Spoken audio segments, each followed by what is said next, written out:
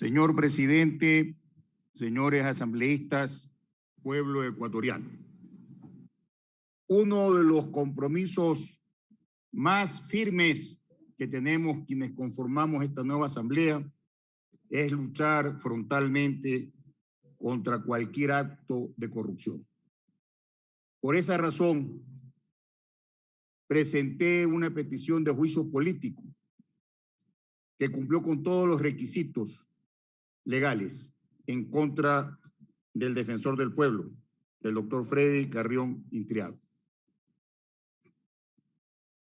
Este expediente ha sido sustanciado por la Comisión de Fiscalización de esta Asamblea Nacional y quiero públicamente agradecer y felicitar a su presidente y a sus integrantes, porque podemos tener diferencias, pero en la lucha de la corrupción tenemos que estar todos juntos. Se han actuado todas las pruebas documentales y testimoniales. Y es mi obligación ante el pueblo ecuatoriano y ante esta asamblea demostrar los hechos que constan en la denuncia que oportunamente presenté. Debe quedar claro también para todos que esta no puede ser la vitrina para entrar a analizar un supuesto delito de abuso sexual que solo puede ser conocido, sustanciado y resuelto por la justicia penal ordinaria del Ecuador. Por ese motivo, advierto que sobre ese tema no me voy a referir, porque eso no es materia de la denuncia que por juicio político hemos presentado. Vamos a poder ver a través de estas pruebas documentales, videos y testimonios qué es lo que realmente sucedió. Tenemos que recordar que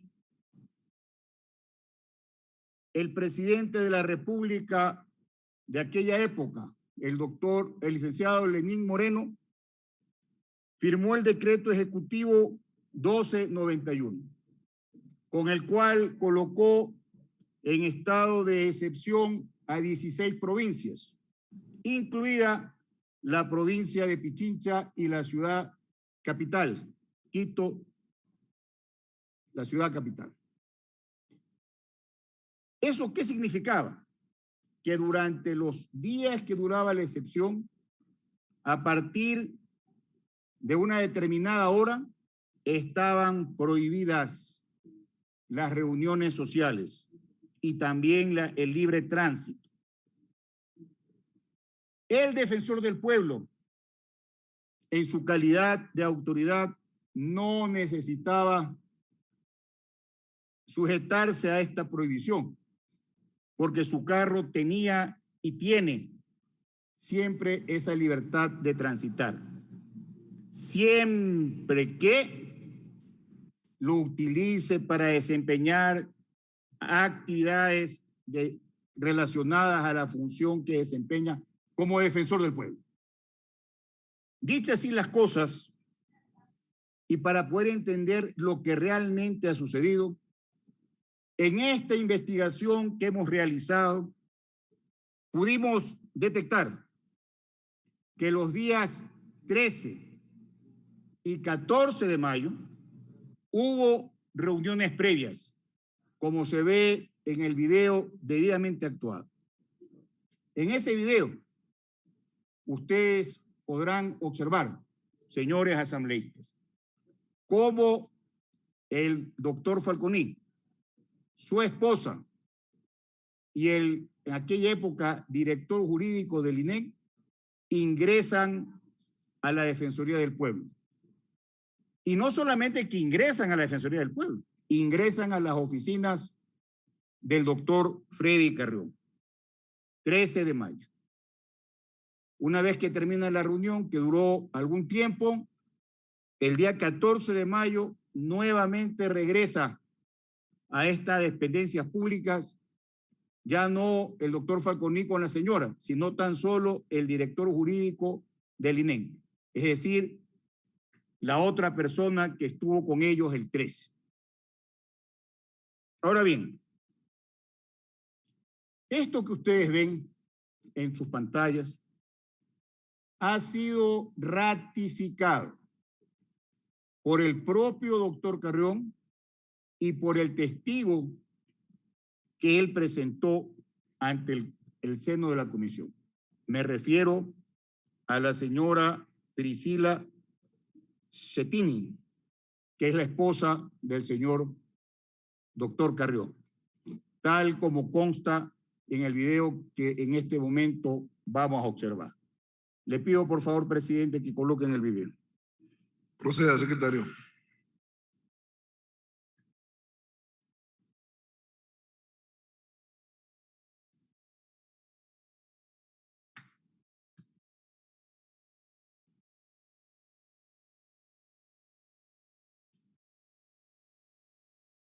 Señor vicepresidente, cumplo con informar que al momento el control de la presentación está a cargo del equipo asesor del asambleísta Vanegas.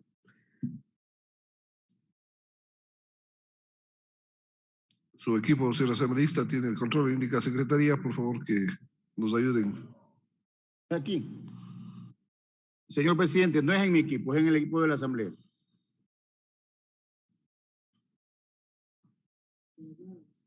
Revise, señor secretario, el tema para... Sin problema, señor vicepresidente, vamos a asignar un técnico para que brinde soporte a la persona que está manejando la presentación. Mientras se resuelve el problema técnico, señor presidente. En este video que vamos a observar, se va a reconfirmar que efectivamente el día 13 de mayo hubo una visita por parte del doctor Falconi, su esposa y el asesor jurídico del INEM. ¿Para qué era esa reunión? Dicen que la reunión fue porque necesitaban que la Defensoría del Pueblo, específicamente el doctor Carrión, participe como veedor en la obtención del permiso o de una licencia para una empresa china. Nunca se dice cuál es la empresa china. Y para eso se reunieron el 13. También dice el defensor del pueblo que esa reunión fue porque había la intencionalidad de parte del doctor Falconi de proporcionarle documentos para denunciar graves actos de corrupción en las vacunas VIP, en las que participaba la vicepresidencia de la República, y de otros actos de supuesta corrupción que se cometían en el gobierno del presidente Lenín Moreno. Y advertirle además de que había la intencionalidad de querer cometer actos conducentes a revocarle o quitarlo del puesto de defensor del pueblo. Señor secretario, por favor, eso es lo que él... Le ruego, por favor, ahí está el video. Continúe.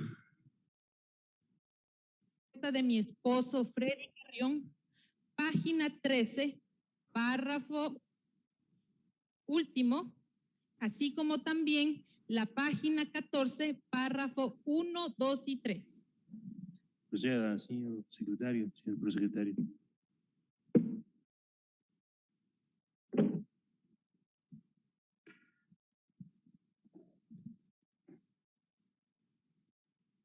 Con su autorización, señor presidente. Adelante. Doy lectura. El jueves 13 de mayo de 2021 a las 13 horas 10 minutos aproximadamente, mientras mantenía una reunión de trabajo con mi equipo en las oficinas de la Defensoría del Pueblo, Mauro Falconi me pidió que de forma urgente le recibiera a él junto a su pareja, hoy la supuesta víctima, que era directora del INE, pues necesitaba hablar conmigo por temas referentes a corrupción en el gobierno. Suspendí la reunión que efectuaba con mi equipo de trabajo y lo recibo en mi despacho. De esto, los registro de las cámaras de seguridad correspondientes en la propia Defensoría del Pueblo, anexo 7. La página 14, párrafo 1, 2 y 3. Con su autorización, señor presidente. En esta reunión, la supuesta víctima narra que le coaccionaban desde la Presidencia de la República para que no otorgue un certificado de calidad a una empresa china que cumplía con todos los requisitos. Me indicó que había recibido muchas presiones, por lo que me solicitó que se haga una vigilancia al debido proceso por parte de la Defensoría del Pueblo. Le expliqué que las competencias de la Defensoría del Pueblo en este tipo de casos era limitada, pero que realizaría un análisis para ver si es factible hacer una vigilancia del proceso de certificación del que me hablaba. El siguiente párrafo. También me dijo Mauro Falconi que quería entregarme información referente a los lotes de las vacunas y unos supuestos faltantes de estas en las bodegas del Ministerio de Salud, así como la participación de la ex vicepresidenta del Ecuador de ese entonces, María Alejandra Muñoz, en los que se conocía como vacunación VIP, tráfico de influencias que se ejercía para que determinadas personas importantes del país accedan a las vacunas, prioritariamente, por sobre el resto de la población. En negrillas, de la misma manera, me comentaba que existía una disposición desde lo más alto del gobierno en mi contra para, entre comillas, bajarme del cargo sea como sea, cierro comillas, que debía tener mucho cuidado, porque la amenaza era muy real y cierta y que debía tener cuidado de mi propia seguridad, que es de la Policía Nacional, porque no me perdonaría haberles denunciado por delitos de lesa humanidad, que él tenía información, pero que no podía entregármela en ese momento, de la consigna entre la Policía Nacional con la Fiscalía para actuar en mi contra, que en este caso estaba coordinado con María Paula Romo y la fiscal Diana Salazar para que mis denuncias no prosperen y también se actúe en mi contra.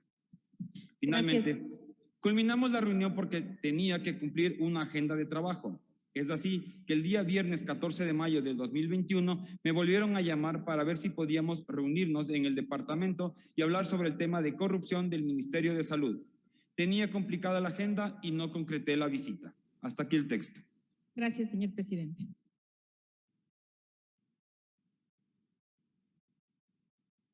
Señor presidente, como se observa, se reconoce que hubo las reuniones previas. Pero no solamente tenemos el testimonio de la señora Priscila Schettini, también tenemos el testimonio del suboficial Johnny Lema, que pido que también sea exhibido, señor presidente. Señor secretario de trámite.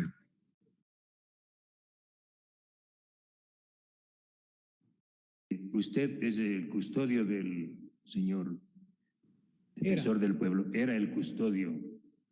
Usted estuvo con él el día 13 y los días 13 y 14 de mayo en la Defensoría del Pueblo. El 13 y 14, sí. Los 2 días. Sí.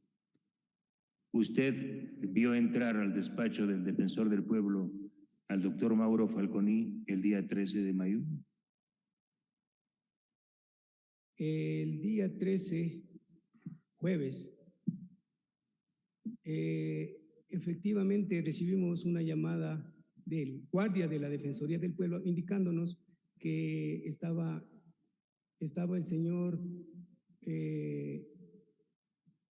Mauro Falconi esperándole para ser recibido en el despacho del señor defensor del pueblo. ¿Recuerda la hora? Aproximadamente al mediodía. No recuerdo bien. ¿Usted estaba en el despacho? Sí, estaba en el despacho. ¿Y llegó el exministro Falconi? Sí, efectivamente. ¿Con quién llegó? Llegó con una señora.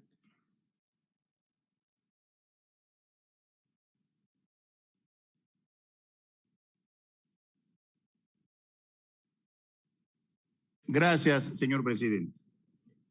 Como se ve, el custodio del doctor Carrión también ratifica la reunión del día 13. Le pido que se coloque ahora el video del doctor Francisco Dávila, anterior asesor jurídico de el INEM. De mayo. Señor presidente. De trámite, señor secretario. 13 de mayo acudieron a las instalaciones de la Defensoría del Pueblo la directora del INE, el exministro de Salud, Mauro Falconi, y el doctor Diego Narváez, que en ese entonces ostentaba la calidad de director jurídico del INE. Como la oficina de la Coordinación de Asesoría Jurídica está ubicada en el mismo piso que el despacho del Defensor del Pueblo, yo pude observar la presencia de estas personas. Mientras esperaban ser atendidas por el señor Defensor del Pueblo, una de estas personas se levantó del sofá donde estaban haciendo espera y se dirigió hasta mi oficina. Esta persona era el doctor Diego Narváez, con quien tengo una amistad desde los años de universidad y con quien coincidimos en trabajando juntos en Andinatel. El doctor Narváez me había reconocido y se acercó a saludarme. Estuvimos conversando por algunos minutos hasta que fueron llamados al despacho para mantener la reunión con el Defensor del Pueblo. Al concluir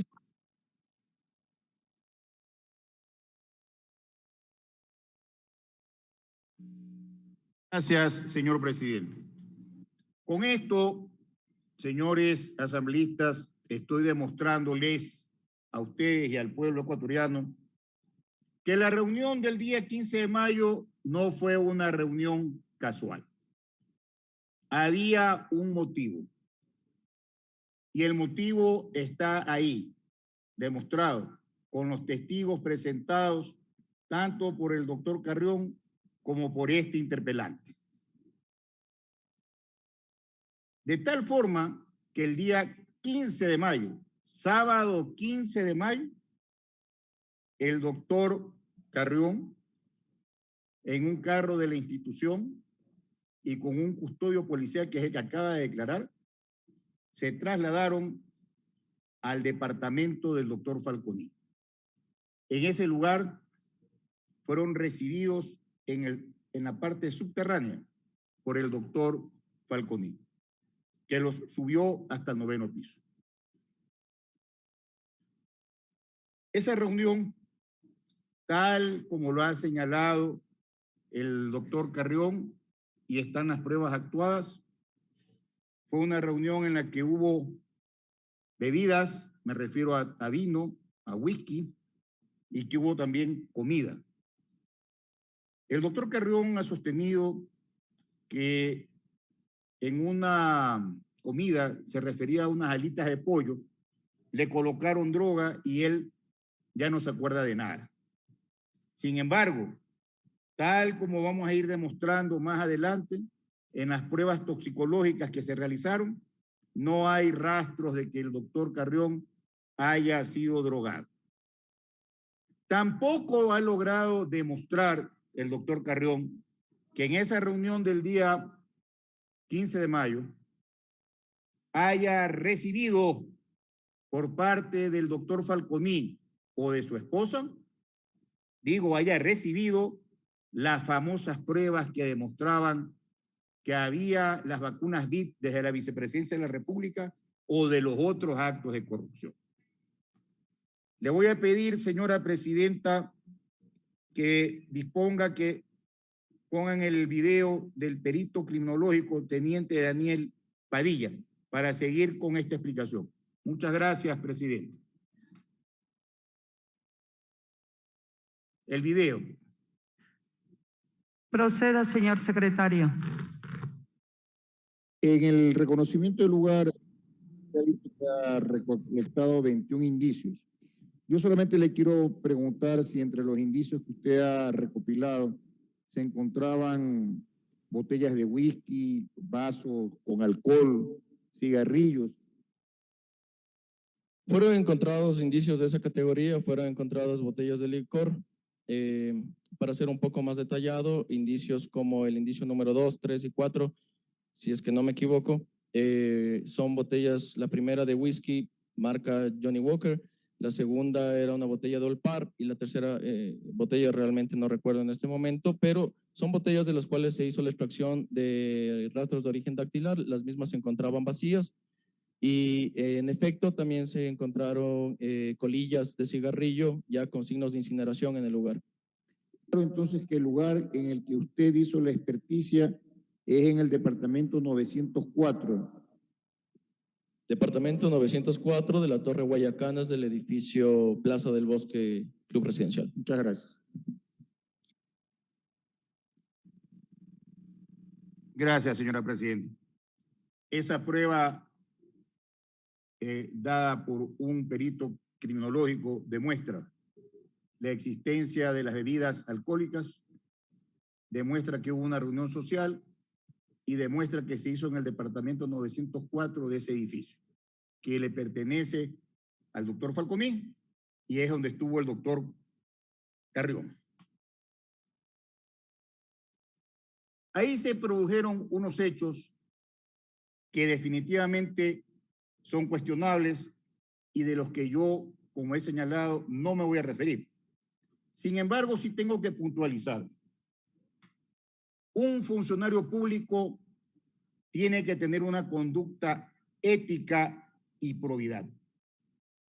Y es inaceptable que, encontrándose en un estado de excepción, se haya aprovechado del uso de su vehículo, se haya trasladado a este departamento, haya ingerido bebidas alcohólicas, haya cometido los actos que se conocen.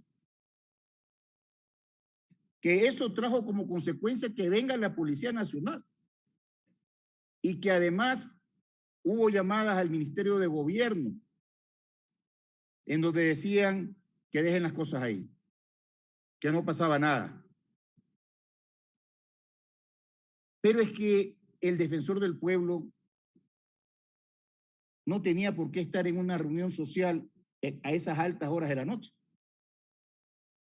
O mejor dicho, si lo hubiese querido hacer, ¿para qué se fue en un carro a la institución con guardaespaldas y con chofer? Hay algo más que se descubrió en esta investigación. Y es que en ese lugar habían $46,620. Dinero que nadie ha reclamado. Pero que ese mismo día 16, una sobrina de la esposa del doctor Carrión pretendió sacarlo en una mochila. Y la señora fiscal general informó a la comisión y al país que sobre ese dinero se ha iniciado una acción penal por el supuesto delito de peculado. Yo le pregunté a la fiscal ese día, pero con esa cantidad de dinero, donde han estado 2 funcionarios públicos, donde además se hablaba de un permiso para obtener una licencia de una empresa china, ¿por qué no se detuvieron a todos? Habían varias posibilidades de tipos penales para esto.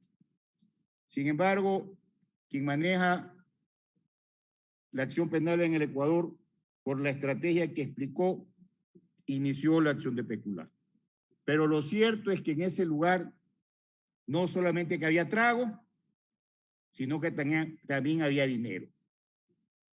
Y el doctor Carrión, tal como consta en ese expediente que ha remitido la Comisión de Fiscalización, ejerciendo porque tuvo la libertad de hacer su defensa técnica, nunca acompañó una prueba documental que demuestre que fue a ese lugar para efectivamente recibir la información de esos actos de corrupción.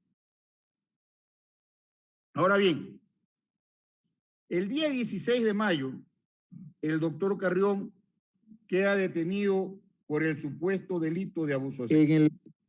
Y ese mismo día, él pide una licencia de vacaciones y al mismo tiempo, que se exhiba por favor, y al mismo tiempo se otorga a través de esa acción de personal, la disposición para que la doctora Zaida Rovira, que era la vicedefensora, asuma las funciones de defensora del pueblo encargada. Ese permiso tenía una duración que empezaba el 17 del mes de mayo y terminaba el 17 del mes de junio del año 2021. Eso significa que el día 18 de junio el doctor Carrión tenía que reasumir sus funciones como defensor del pueblo. El Ecuador se escandalizó cuando en todas las redes sociales se hizo conocer que el doctor Carrión había dictado la resolución 032. Esa resolución 032 es en la que él designaba a la doctora Tejada Castillo como la nueva vicedefensora, cesaba a la doctora Rovira como vicedefensora, se hacía uso de una nueva licencia y además, aplicando una norma de la Ley de la Defensoría del Pueblo, pedía que por fuerza de causa mayor se le dé un permiso ininterrumpido hasta que resuelva su situación jurídica. Ese hecho causó asombro, repudio y alarma en el Ecuador. Porque, ¿cómo es aceptable que un PPL que se encuentra detenido en la cárcel 04 en esta capital pueda dictar acciones de personal, utilizar medios telemáticos y computadoras? Situación idéntica a la que en el juicio político del doctor Celi nos hicieron conocer los asambleístas interpelantes de la bancada de UNES. Identidad objetiva. Y además del mismo centro penitenciario, porque ahí se encuentran detenidos el PPL Carrión y el PPL Celi. Ahora bien, frente a esta carta, en mi calidad de interpelante, solicité a las autoridades del centro penitenciario número 4 que me expliquen y me justifiquen cómo un privado de la libertad puede hacer uso del internet y de las computadoras. Y la respuesta de ellos, siguiendo la línea de custodia, es que me dijeron que en el centro de rehabilitación número 4 no se le ha proporcionado al doctor Carrión el uso del internet, de las computadoras. Pero no solamente que me lo dijeron ellos, sino que me hicieron llegar esa carta manuscrita suscrita por el doctor Freddy Carrión. En esa carta, que fue debidamente actuada y que pido se exhiba el video que está en la lámina 19, ustedes van a observar que fue firmada por él, pero también van a observar que el mismo doctor Carrión acepta que la ha firmado.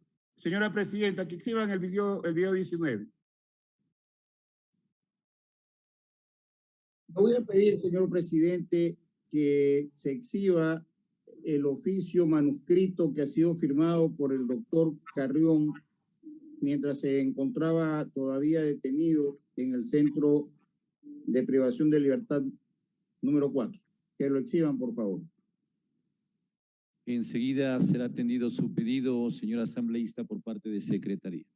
Ese documento que me ha sido remitido siguiendo la línea de custodia, señor doctor Carrión, es el que usted firmó e hizo conocer que no tenía acceso al mail y a medios telemáticos y computadoras el día 18 de junio del año 2021.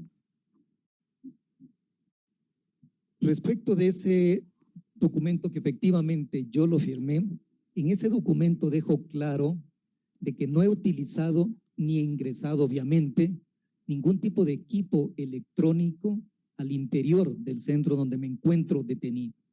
Y esto con una aclaración, porque no he utilizado en el centro de detención ningún equipo electrónico, sino que di la autorización y además de eso consta una declaración juramentada. He dado la autorización para que la custodia de mis documentos personales, incluida la firma electrónica, con mi disposición respecto a la resolución número 32 del 18 de junio, se emita, es decir, autoricé el uso de mi firma electrónica respecto a la resolución 32 que daba como cesada a la señora Zaida Rovira.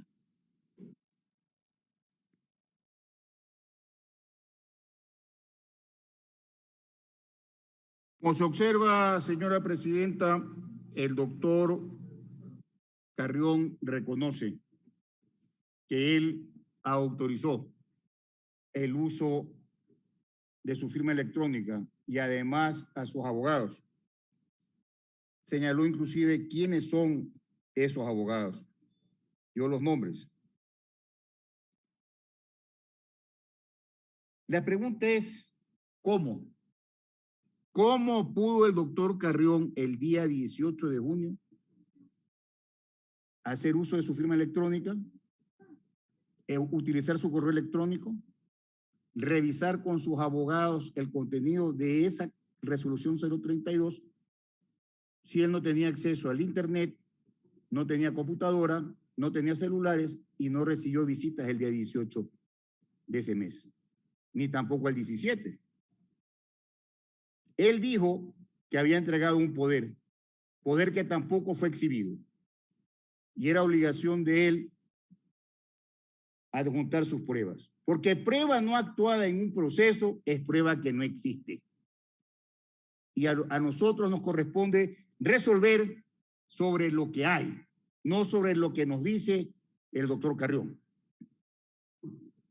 Luego, nosotros vamos a observar que en la lámina número 32 estaba la firma de la otra resolución 032, que es la que firma la abogada Rovira, que la firmó en la mañana de ese día, mientras que esta 032 que firmó el doctor Carrión fue remitida en la tarde de ese día 18 de junio. Fíjense ustedes que en el video número 21, que se va a exhibir a continuación, el doctor Carrión nos hace conocer lo siguiente. Le pido, presidenta, que se exhiba el 21. Señor secretario, proceda. Junio, autoricé el uso de mi firma electrónica respecto a la resolución 32 que daba como cesada a la señora Zaida Rovira. Yo no le he preguntado eso, pero ya que usted se ha referido a eso, indique a qué persona usted le autorizó a hacer uso de su firma electrónica y de su correo electrónico. A mis abogados defensores. ¿A cuál de sus abogados? A los abogados defensores, al doctor Stalin Raza, al doctor Juan Carlos Salazar, al doctor Francisco Dávalos y obviamente a quien tenía y conservaba todos los documentos personales, incluida la firma electrónica, para que le entregue a mi esposa Priscila Esquetini. Pero ¿cuál de todas estas personas es la que utilizó su firma electrónica, su correo electrónico y además dictó la resolución 032? Lo hicieron bajo mi autorización, asambleísta. ¿Cuál? Lo hicieron bajo mi autorización. Los tres colaboraron. Los tres colaboraron, hicieron y lo revisamos y pudimos y estuve al tanto de la resolución porque adicionalmente di las instrucciones claras respecto de qué era el contenido de la resolución, que eran 3 partes. Cesar la abogada Zaida Rovira, nombrar la abogada Tania Castillo, acogerme al restante de vacaciones y también someterme a la ausencia temporal. Esa autorización que usted dio el día...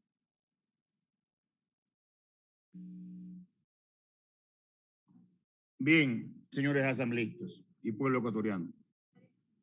No existe en el proceso una prueba que demuestre que efectivamente el doctor Carrión dio ese poder.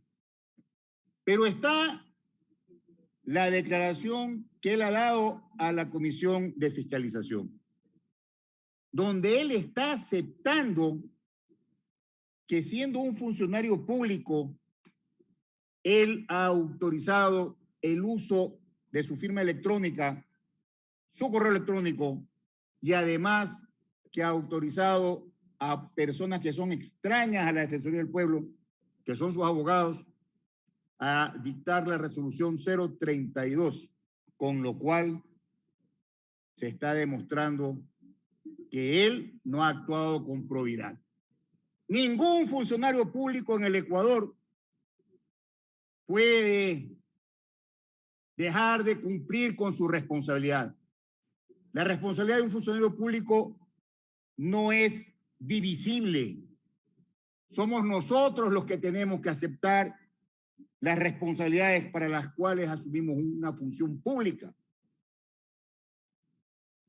Él, como yo lo estoy demostrando, no solamente que no utilizó él mismo ese correo electrónico, ni esa firma electrónica, ni hizo ese decreto 032, porque no tenía cómo hacerlo, no tenía cómo conversar con sus abogados, con lo cual, a mi criterio, en la larga experiencia que tengo en tribunales, el señor nos ha mentido. Lo cierto es que otras personas han tomado decisiones dentro de la Defensoría del Pueblo. Y eso, señora Presidenta y señores asambleístas, es la demostración de que ha incumplido en sus funciones. El día 13 y sobre todo el 15, el 16 de mayo y el 18 de junio.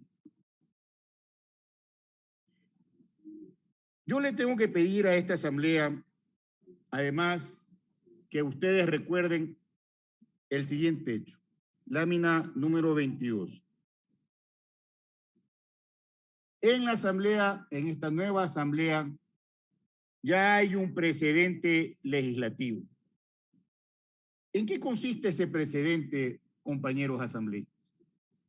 En una situación que tiene identidad objetiva frente a un PL que está detenido en una cárcel, que es el Contralor. Esta asamblea resolvió aceptar la acusación y censurarlo. Hoy nos encontramos frente a un mismo hecho. No solamente que desde la cárcel controlaba, sino además que permitía que su firma electrónica y su correo electrónico sea utilizado por terceros que no son funcionarios públicos. Tengo que recordarles, compañeros asambleístas, que en ese juicio político contra el PPL Pablo Celi, en la sesión 722, esta asamblea resolvió, si no me equivoco, por 135 votos, la censura del PPL Pablo Celi. Hoy estamos frente a una situación de identidad objetiva. Claro, también con los agravantes de lo que pasó el día 15 y 16 de mayo. Tengo que también recordarles a mis compañeros asambleístas que la Constitución Política de la República establece en el artículo 226 cuáles son los límites que tenemos los funcionarios públicos. Y nosotros solo podemos hacer lo que la ley nos permite hacer. Y que bajo ningún concepto, ningún funcionario público en ningún acto de su vida pública y su vida privada puede dejar de tener probidad y puede dar los espectáculos que se han observado en los videos del 15 y del 16 de mayo. La misma ley de la Defensoría establece cuándo pueden haber las delegaciones en su artículo 17. En el Código Orgánico Administrativo, en el artículo 68, se habla de la transferencia de la competencia. En el artículo 27, de la delegación de las competencias. En el artículo 70 del Código Orgánico Administrativo, del contenido de la delegación. En el artículo 72 del mismo cuerpo legal, de la prohibición de la delegación. Y en ninguna de estas partes un funcionario público puede delegar su responsabilidad a un particular, ni siquiera a un abogado, porque los abogados podemos sí defender a nuestros clientes, pero jamás reemplazarlos en las funciones públicas que desempeña nuestro cliente. Eso no se puede, al menos aquí en el Ecuador, no se puede, incluida la ciudad de Quito, incluida la Defensoría del Pueblo. Ahora bien, quiero señalar con claridad, la Ley de Comercio Electrónico, Firmas y Mensajes de Datos establece en su artículo 15 los requisitos de la firma electrónica y establece que para su validez la firma electrónica reunirá los siguientes requisitos, sin perjuicio de los que pueden establecerse de acuerdo entre las partes. A, ser individual y estar vinculada exclusivamente a su titular. En ninguna parte de esta ley dice que la firma electrónica puede ser utilizada por un tercero, porque la firma electrónica es como la firma de cada uno de nosotros. Tenemos que utilizarla y somos responsables de su uso. Por eso, señora presidenta y señores asambleístas, atendiendo las normas constitucionales, legales y reglamentarias que he citado, atendiendo el contenido de la denuncia de petición de juicio político que he presentado, de todas las pruebas, tanto de cargo como descargo, que se han actuado ante la Comisión de Fiscalización, donde hemos logrado demostrar la existencia de la inconducta del doctor Freddy Carrión Intriago como defensor del pueblo y el incumplimiento de sus funciones, además de su falta de probidad notoria. Tengo, señora presidenta y señores asambleístas, que señalar sin inequívoco que la culpabilidad del acusado está demostrada. Y tengo que pedirles a ustedes que al momento del debate y de escuchar como se tiene que escuchar al doctor Carrión, adopten la resolución coherente, porque esta asamblea tiene que ser coherente. Si queremos pelear contra la corrupción, no podemos un día decir sí y otro día decir no frente a los mismos hechos. Tengo que pedirles que acepten la recomendación que consta en ese informe de la Comisión de Fiscalización de esta asamblea. Y seguramente también tendré que pedirles que acepten en todas sus partes la moción de juicio político que presentará la otra interpelante de este proceso, a quien debo felicitar por su trabajo, que ha sido muy efectivo. Y reitero, para finalizar, un agradecimiento público al presidente de la Comisión de Fiscalización. Hay que hacer las cosas y hay que hacerlas correctamente. Muchas gracias, señora presidenta, y muchas gracias, señores asambleístas y pueblo ecuatoriano.